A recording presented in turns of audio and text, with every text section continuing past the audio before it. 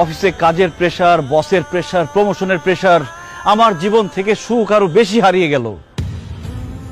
এরপরে ভাবলাম জীবনে যদি একটা বউ আসে তাহলে হয়তো জীবনে সুখ আসবে।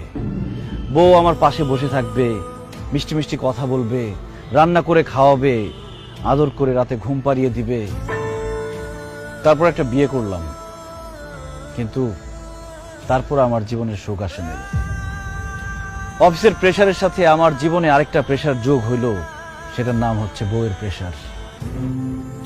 কাজের জন্য অফিসে বেশি সময় দিলে বউকে সময় দিতে পারি না, বউকে বেশি সময় দিলে অফিসে সময় দিতে পারি না, বউকে বেশি সময় দিলে অফিসে বসের ঝাড়ি খেতে হয়, অফিসে বেশি সময় দিলে বউর গোমরা মুখ দেখতে হয়।